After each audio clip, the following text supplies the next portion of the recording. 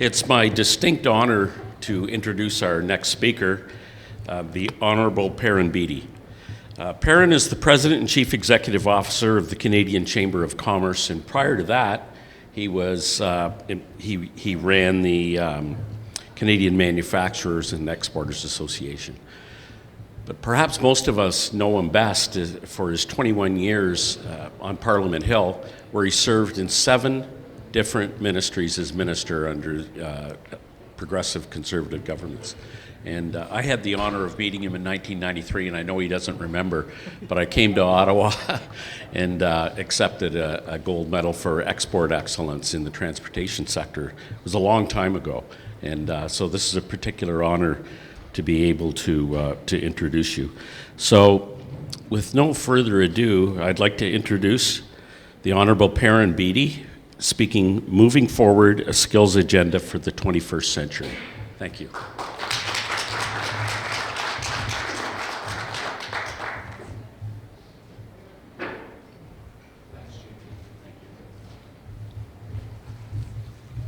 Well, good afternoon, ladies and gentlemen. And JP, thank you for that very kind introduction. I'm always sort of daunted when people go over my spotty career that I've had, because usually what happens when you're talking to educators is they turn to any students who are there and they say, this proves what we've been saying, that if you don't get a decent education, you can't hold any one job for very long. And they use me as the example.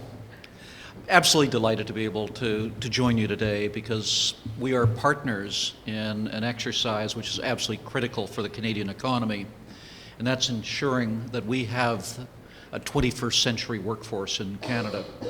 We at the Canadian Chamber went through an exercise a few years ago where we went across the country, talked to our members large and small in all parts of the country, pardon me, and the question that we asked them was, what is the single greatest challenge that you have as you look forward, as you look at trying to take your business forward to the next level? And consistently what people said, whether it was in St. John's, Newfoundland, or in Fort McMurray or Quebec or wherever, was it is to attract and to hold people with the skills that we need to enable our business to grow. And when I'll address it in my remarks, but we are facing a situation in Canada where we have a skills problem that is on its way to becoming a skills crisis, unless we work together to ensure that we're able to meet our needs. And as a consequence, the incredible work that you do is a tremendous asset to Canadian business right across the country. That's why I was delighted when Dennis invited me to speak to you today, because what we are going to have to do is to pull together governments at all levels, business, labor, educators, to look at what our needs are going to be down the road and how we can meet those effectively and how we can work together to achieve that. So thank you for having me. It's an interesting time to be here because the dust is just settling from the federal election. I used to be part of that dust after federal elections that was trying to get settled for 21 years there. And we're just at the Canadian Chamber trying to get a sense at this point as to what the election means, what the new minority parliament means in terms of issues that are critical to us. For more than a decade, for 12 years now, I've had the privilege of leading the Canadian Chamber of Commerce, which we refer to as the voice of Canadian business. And our network, just to give you some background on it, consists of some 450 chambers of commerce and boards of trade across Canada, who are joined as well by a number of corporate and association members. The Canadian Chamber, through its member organizations, represents 200,000 businesses of all sizes, every sector, every region of the country, and it truly is Main Street Canada. Now, the energy and the commitment of Canada's business community is as inspiring today as it was when I joined the Chamber 12 years ago. And they serve as an important reminder of what we in the Chamber movement do and who we do it for, and why it matters so much to our prosperity as a country. Yet it seems as if we were largely alone in thinking about our economic future in recent weeks. The federal election campaign was notable, unfortunately, for the lack of discussion of issues. And Canadian Chamber is scrupulously nonpartisan. We don't endorse any political party or oppose anyone or endorse any platform or any candidate. Now, instead, we put forward what we believe is in the best interests of Canadians and Canadian families across the country, and then we step back and accept the decision that Canada's voters make and work with whoever is there. But I think what is disappointing for me as a student of politics and as leader of the Canadian Chamber, and of what's disappointing to so many of our members, is that since I first came to Ottawa in 1972, I believe this was probably the most empty and the most poisonous election campaign that we've had. The lack of discussion of substantive problem, of the challenges that Canada is facing and of the opportunities that we have as a country, but also the focus on personalities or on pseudo events or on trying to destroy your opponent as opposed to putting forward your view of where we should be going as a people. And I believe the politicians in this town let Canadians down as a result. However, the election's over. The challenge for us now is to say to our elected representatives, set aside the theater of the election campaign and let's focus on where we go as Canadians to strengthen our country and to create opportunity for this next generation of young people. And work across party lines, not as New Democrats or Liberals or Conservatives, but as Canadians working for our constituents. And we're saying to them as well that during the election campaign, there were critical issues that need to be discussed. And we need now, those issues have not gone away. They've continued to grow. And we need now to address those issues now the election is over. The Canadian Chamber in the spring set out our election platform, which we entitled Platform for Prosperity. And it highlighted some of the critical questions that should have been debated. It was developed in consultation with our own provincial and territorial chambers, and it drew on our own national AGM resolution process, where chambers from across the country come together each year to put forward resolutions, and if 2/3 of them support the resolution, it goes on to our policy books. Our platform sets out the key topics that need to be examined if we're to ensure that Canada can attract and grow the businesses that create a brighter future for Canadian families. We have at any one time perhaps 300 resolutions on the books, but there's one lens through which we look at all of our policies. We're like political parties, that we have a policy for every aspect of Canadian life, it seems. But the lens at which we look at all of these issues is Canadian competitiveness. What is it that we need to do in this country to ensure that Canadian businesses can succeed and can grow in a world that is becoming increasingly competitive every day? Where when we talk to our members and the people whom you are providing, educating potential employees for, they're finding every single day that competition is growing, it's becoming more fierce, and that we have to equip ourselves with Canadians with the tools, both human and financial, infrastructure, so many other ways that allow us to compete. We outlined priorities alongside a series of specific recommendations to attract investment to Canada, to help business to create jobs and to grow and strengthen our communities.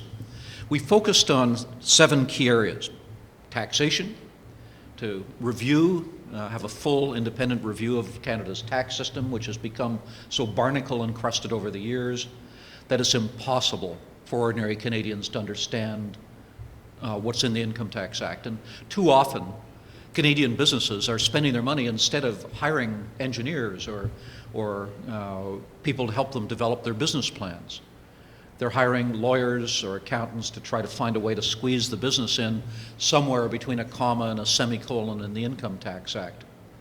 And what we can't expect, I'm a former Minister of National Revenue. Our system is based on the premise of self-assessment and of voluntary compliance with the law. How do you expect people to comply with the law if they can't understand what the law is? And yet today we've created a system that's so incredibly complex that it's simply impossible for anyone to be able to keep up with that. Complexity creates unfairness, and it creates a drag on our economy. Our next priority was to fix Canada's broken regulatory system, both in terms of the layers of regulation that we have, but also the process of regulation. The fact that each of us is a part owner in a pipeline, in an oil pipeline, is an example of how badly broken the system was. Nobody wanted it. Neither the proponents of the pipeline nor the opponents, none of the political parties, but the government was forced to do it because it was the only way to prevent the system had become so dysfunctional that it was the only way to prevent the investors in the pipeline from simply writing off their investment and walking away. We need to have a regulatory system in Canada that is efficient, that ensures that people's voices are heard and that communities' needs are respected, but one which is fact-based, where we take the politics out of it and where it's possible to make decisions and to move ahead. Our platform focused on trade, the need for Canada to diversify our trading relationships, and particularly to assist smaller businesses to be able to go abroad and to be successful. Focused on small business itself. What sort of needs do small businesses in Canada have? And you folks are critical as part of the educational infrastructure that we have in this country to assist our small businesses. A connected Canada. What do we do in terms of ensuring we have the infrastructure to allow us to get our goods to market, or the digital infrastructure to allow us to be able to connect with each other and with the rest of the world? And pharmacare. How do we ensure that we fill the gaps in pharmacare without abolishing the programs that exist that are supplied by employers today and that provide very good service for the vast majority of Canadians? And then, last but not least, the reason why I was invited here today, and that's skills. Now, as the world of work constantly evolves, finding the right talent with the right skills and training at the right time remains one of the biggest challenges for business, and doing so is growing more difficult as industries adapt to new technologies and new ways of doing business. For Canadian businesses to grow and thrive, they need access to a skilled workforce for today, and perhaps more importantly, for tomorrow. This view aligns very well with this year's NACC's Conference of Moving Forward, your theme.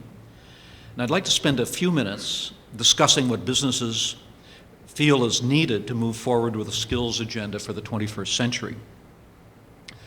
Let's start with where we are today, because we face major skills challenges. We have historically low unemployment rates, 5.5% as of September 2019. And the number of job vacancies sits at more than 500,000 across the country. Year after year, after year after year, our members indicate that labor shortages are a top issue and often the most pressing problem that they face. And Canada currently has low unemployment rates combined with unprecedented job growth. With the country's aging population, low fertility rates, and labor mobility challenges, this issue will continue to do more than persist in the coming years. We expect it to worsen. I hear it from our members in all sectors and from all parts of the country. Labor shortages and skills mismatches are not only a real challenge at the local level, but also a critical issue for Canadian competitiveness overall. Now, what our members are feeling on the ground is supported by a broad set of data. Consider that over the next decade, between 2019 and 2029, the mining industry will need more than 100,000 workers across the spectrum of roles, including supervisors, foremen, and trade occupations. Between 2015 and 2035, we can expect a cumulative shortage of 240,000 workers in the tourism sector. Between now and 2030, there will be a gap of 123,000 agricultural workers. Between now and 2025, the aviation and aerospace sector is facing a labor shortfall of 55,000, with the highest demand being for pilots and aircraft maintenance engineers And over the next 3 years, Canada will need between 5,000 and 8,000 cybersecurity workers. All of this is happening in the context of the most rapid technological change that history has ever seen. The Internet of Things, Industry 4.0, artificial intelligence, quantum computing and automation, among many other fast-paced developments. When the future of work discussions began in earnest about 5 years ago, it was very much doom and gloom. The sky was falling, the robots were going to take over all of our jobs. There was even at least one infamous report that argued 50% of human jobs would disappear by 2020, which is a mere month and a half from now, and I suspect we may have dodged that particular bullet. But while the glass is not half empty, neither is it half full. The OECD estimates that 14% of jobs in OECD countries are already highly automatable, while another 32% will be radically transformed by technological progress. What we do need to admit is that much of the reading of the tea leaves and estimates about job impacts remain contested, and we see that displacement and creation forecasts continue to vary significantly. We have done a terrible job in the past at being able to predict where we're going to see growth in jobs, where we'll see losses in jobs as a result of technology, and of matching our skills needs to the needs of the economy. It's an area where business has not done enough itself in reaching out to educators and talking about what our needs are for the future, and working closely with you and your colleagues in the public system to ensure that we're matching the skills supply that's being produced to what the skills needs are going to be from industry. It's becoming critically important to move from pondering about these issues to action, as there's a recent and significant change in the strategy of Canadian businesses. According to data produced by Ernst & Young, 74% of Canadian business respondents indicated that they did not intend to adopt artificial intelligence in 2017. Just a year later, 92% of businesses reported that they have or that they will be adopting AI over the next 10 years, largely in response to client demand. It's a dramatic change in terms of strategy. But the question then is, how do we move forward? Well, first, the country needs to embrace the culture of lifelong learning. There's a new reality in the Canadian workforce, which started as early as the turn of the century and has picked up momentum ever since. And we were talking at our table at lunch a bit about that you find people, for example, moving from the university system coming into your colleges and vice versa. This is good. We need to tailor the education that we're providing to Canadians to what their needs and their desires are going to be. And we need to look upon education not as a canning process that starts in kindergarten and finishes where you open up the head, pour in knowledge, and slam it shut at the time that people graduate, but a process which is ongoing throughout people's lives, where we're constantly learning, constantly retraining, constantly preparing ourselves for the changes taking place in technology and in society as a whole. To state the obvious, and to state it very simply, gone are the days when a Canadian goes to secondary school and then to post-secondary or not, gets a job, a single job or with a single company for a lifetime, and then retires at 65 years of age with an income and benefits. Those were the good old days. They are gone. We need to start early. We need the business community, all levels of government, and all other stakeholders to work together to ensure primary and secondary education includes the skills that are needed to thrive in a world of increased automation and globalization. Now, not to diminish the importance of hard technical skills, but soft or durable skills, what I refer to as the survival skills for the 21st century, continue to be a rare asset that all Canadian job creators are looking for. Also known as human skills or foundational skills, they include communications, problem solving, teamwork, adaptability, leadership and entrepreneurship, and they'll be essential to fueling Canada's economic evolution. And increasingly, what we hear from our employers is that as they're reaching out, bringing people in for the first time as their intake, they're so often lacking those basic survival skills which are absolutely critical to their success. And it means then at the same time as business is crying out for the skills that we need to be able to be successful, there are people continuing to fall through cracks because they lack basic human and academic skills that are necessary for them to be able to function in a modern economy.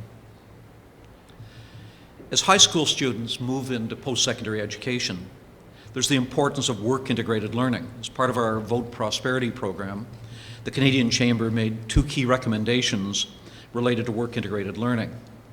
The first proposes broadening the definition of work-integrated learning to include a wide range of experiences across fields, regions, and participants. Work-integrated learning is a critical component of lifelong learning, and everyone should reap the benefits of it.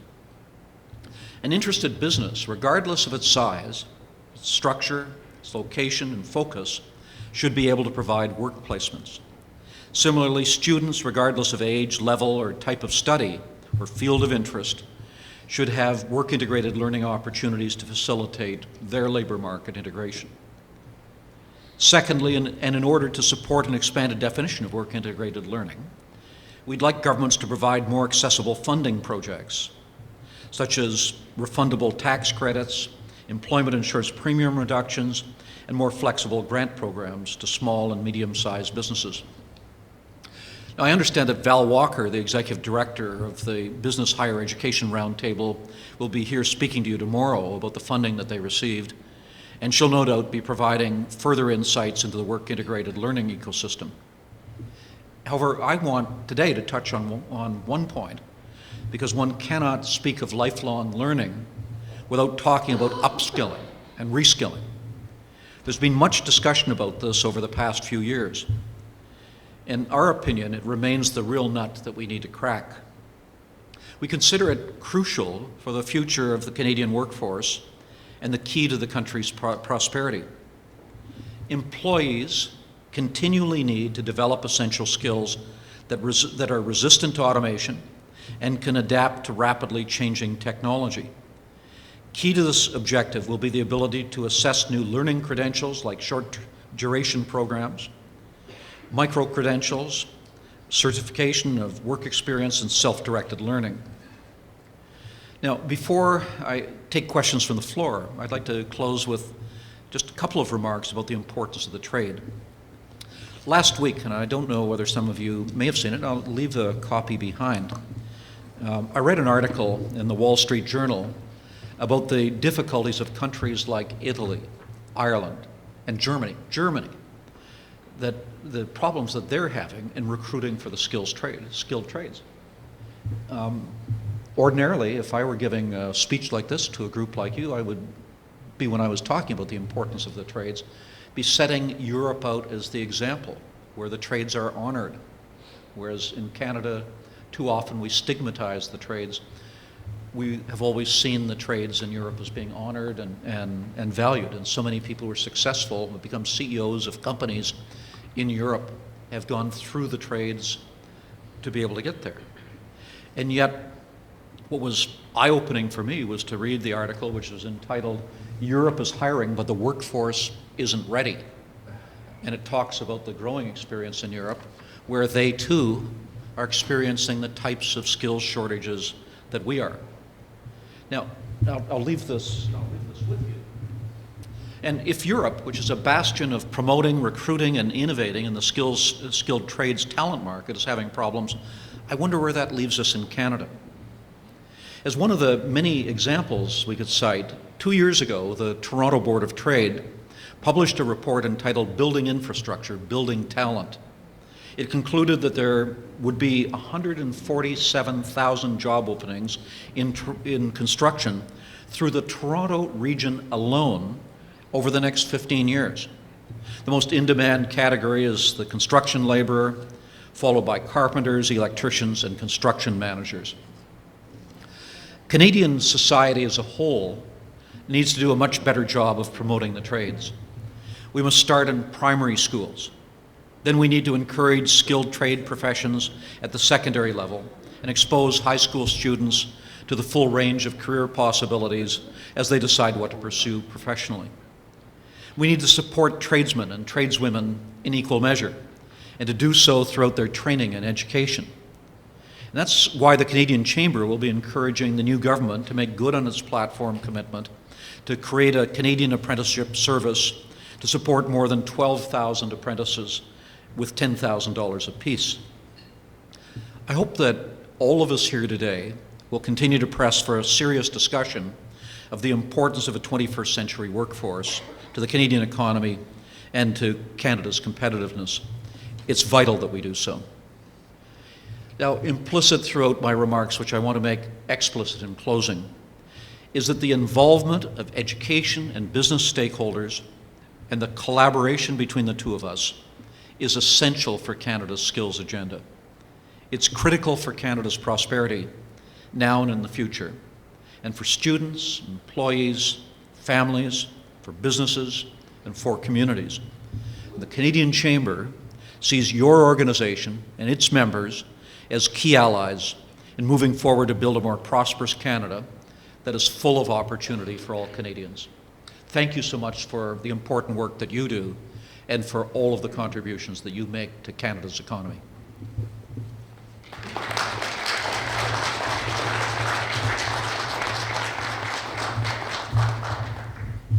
Do we have any questions for the Honourable Mr. Beatty? Or rebuttals, or I used to be in the question period. Please. For your excellent presentation, but my concern is private colleges. Is which is Private college, yes. we are not allowed to give off our trade programs in Alberta. I don't know about Ontario, but in Alberta, like electrician, plumber, they all go to public schools. Private schools are not allowed. Offer the trade. Yes, and we had a bit of a discussion about this. And first of all, it varies so much across the country in terms of the regulations that govern you. And we had a bit of a discussion about this over lunch, and it's been an eye-opener for me to see the challenges that you're facing in terms of being able to function and to provide the full contribution you want to make. This is very valuable for me. Leah Nord, who's with me, who handles our skills portfolio within the Canadian Chamber, has been assiduously making notes. And we would value your input when you're finished with your conference and you've had a chance to consider some of these issues. We'd value your input in terms of your ideas of where the issues are, where we can be helpful, and how we can work together to try to address some of these. So I'm very grateful to you for raising that. And I am aware that this is a real concern for you, and it's something that we want to factor in as well as we're looking at our policies we're proposing. Yes, sir. Hi, my name is David Matthews from Graceland College. We run colleges in Australia and in Canada. And one of the challenges we find in Canada is the distinction between public and private and the relationship with the government as well. In Australia, that doesn't really exist. And so one of the inequities we have is around postgraduate work rights. So students who come to a private college can't get a postgraduate work right, whereas they go to a public college, they can. And so that reduces our ability to be competitive, but also to attract students into the country who want to gain skills and then contribute to the Canadian society. I was wondering if you have any advice on how we can overcome that struggle that we deal with. This also, we discussed it at lunchtime, so I gather it's a generalized concern that all of you have. You know, I used to be Chancellor of the University of Ontario Institute of Technology, and they asked me to do it because I was President of the Canadian Chamber of Commerce and because they wanted to build a closer liaison with Canada's business community. And I used to remember at convocation looking out and would often say that with the students we graduated the morning convocation, if they could pass a security test at lunchtime, I would give them a work certificate by 2 o'clock in the afternoon. We need people trained to Canadian standards who've spent time in Canada, understand the country, speak English or French, And it is crazy if we aren't taking full advantage of people whom we're educating here to Canadian standards. Yes, there's a benefit if they come here and they go home, that they still maintain networks or interests, and they are trained on Canadian equipment or to Canadian methods. But we have a major need here in Canada to put those skills to use right here. And we work against our own interests if we put obstacles in the way for people to come to our country and for us to employ those skills right here in Canada. We also need to be looking at education as an export commodity for Canada. I don't have to tell an Australian about that. Yeah, it's incredible. I wasn't aware, although I was wondering why so many of my friends had their kids being educated in Australia. But I went with our Governor General a few years ago on a state visit. We went to Singapore. I remember reading in the Straits Times, the newspaper, there was a banner over top of the headline that said, "Future Unlimited, get an Australian educational degree." And it took me aback. It said something that how good the Aussies were, first of all, of marketing the country and marketing education as an export commodity that would bring revenue into the country, and that would help to enhance the Australian brand. When I came back, I met with the Australian High Commissioner, and I said to her, "Explain to me how you do this and why you're so successful." She said to me, "You don't understand. You in Canada have exactly the same advantage that we have in Australia, but you just don't use it." And I said to her, "What do you mean?" She replied, "When you are looking to send your daughter or your son to the other side of the world, the first question you ask is not where will they get the best education. The first question you ask is where will they be safe and be made feel welcome. And in that, you have the same advantage as we do in Australia, which gives you a leg up relative to the vast majority of other countries. It's after that, then the people say, having chosen the country where I want my child to go, let's find the best possible institution for us to take advantage of. We need to have a strategy that both encourages Canadians to go abroad to diversify their education, and that looks at how we do even more to bring international students to Canada, and how we put those skills to work in Canada, and how we eliminate barriers that are in the way to being able to take full advantage of what this has to offer. So we are glad to work with you in terms of looking at what are the barriers and what can we do to ensure that needs are met. The other point that I would make is that as an employer, I've run institutions large and small of many different kinds. We have today, I guess, Leah, around 50 people at the Canadian Chamber across the country, staff who are there full time. With the exception of our chief economist and our CFO, I couldn't tell you what degrees they have. But I could tell you how they work and what skills they bring to the jobs that they're doing. What I've discovered is that our employers in Canada need to have a range of institutions meeting different niches within Canada's workforce in equipping us to be able to compete with the best in the world. And it needs to be all hands on deck. We need not to look at how we have one sector of education competing with another, but rather how each can complement this and how we can work together to meet our needs. Otherwise, we're going to find ourselves faced with extremely serious skill shortages in the future, and with Canada's competitiveness falling further and further behind. I bet you didn't expect that long, meandering question answer when you asked the question, but the issue you raise is important. Can I try one more if you have time and anybody's still awake, please? I'm awake. So calling on that comment, Canada has a labor shortage, for sure. It's not likely to get better at first, but the world doesn't. The world has a labor surplus, and so the problem is distribution of labor. So this postgraduate work permit, it's such a golden opportunity to bring in more very able-bodied people, very keen people. If someone goes through the visa process to come to Canada, they're good. They're a good immigration potential, but they're also here. They want to work. Whether they work for 3 years and they go home, those travel and tourism jobs, whatever those jobs are. So we need the Chamber of Commerce to really carry forward that message, because our voice isn't loud enough, and it's, to me, it's common sense, and we can't break the common sense. We're not competing against Algonquin College for international students. The students they're not going to get are going somewhere else, not Canada. So, I mean, we need that message, and if you could help us there, that would be fantastic. And let's definitely sit down and Leo, put your hand up so that people know who to descend upon.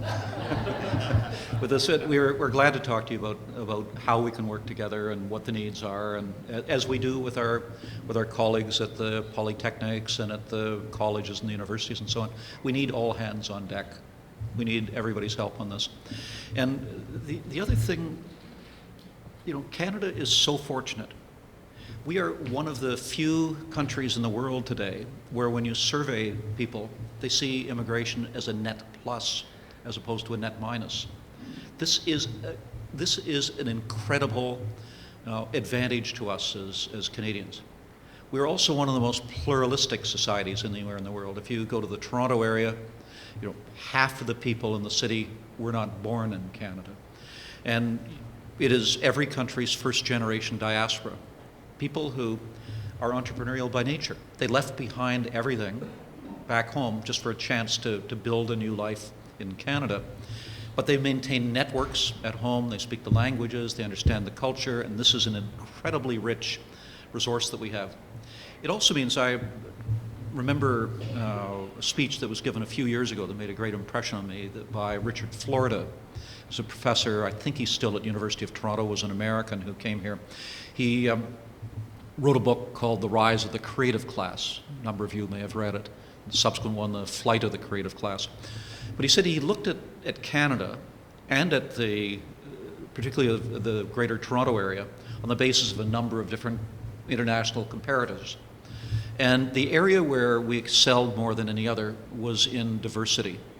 And he said, when you look at creative people, what makes Silicon Valley so attractive is the ability that it's come as you are, that they don't ask people to give up who they are and to fit into some mold or stereotype. In a very real way, that's what Canada's saying to the rest of the world because of our successful policies of multiculturalism, which work here in a way that they don't work in so many other countries. We're saying to people, come here, help us build our country. We're a nation of immigrants. All of us, if not immigrants ourselves, trace our family roots back to immigrants, with the exception of Canada's Indigenous peoples. We have the potential in Canada, as other countries are closing their doors, and we're seeing it already. Our universities, for example, are seeing grade point averages of international students who are applying that are rising as a result of doors closing elsewhere. People who otherwise wouldn't have come to Canada saying, my first choice is a Canadian degree. We have the potential for the greatest brain gain in our lifetimes in this country by bringing people to come here to say, come to Canada, we want you here to help us to build our country, and we'll do it together. And we would be foolish indeed if we missed that opportunity. And that means that we need to have policies in place that invite people to come here, that ensure we have the infrastructure to make it welcoming for them when they arrive, and that they can make the transition smoothly to be able to integrate fully into Canada's economy. If we do that, we have a competitive advantage over virtually any other country in the world, and we are wisely using that most important resource that we have. If we don't, we have nobody to blame but ourselves. That power to set the policies in our hands. So keep pressing on that. Do stay in touch with us on it. We will certainly, at a sort of the global level, be arguing that education is both essential to equip our businesses with the skills that they need, but education itself is also a vital export commodity for Canada that we should be building upon and taking advantage of in this country, and that it strengthens us. So thank you, and thank you. I know that I've thrown you way off your schedule. You've been wonderful in terms of sitting through all of that. Very grateful to you for your hospitality, for all of the important work that you do, and I just want you to know that the Canada's business community understands and appreciates that critical contribution that you make to us every single day. Thanks so much.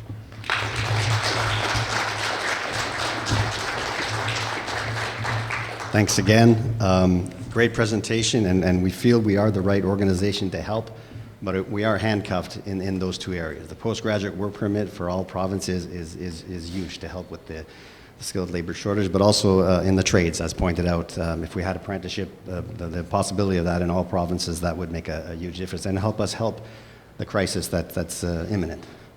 So thanks again. Thank you. And sorry, a $100 donation will be made to the Honourable Mr. Beatty's charity of his choice. Thank you.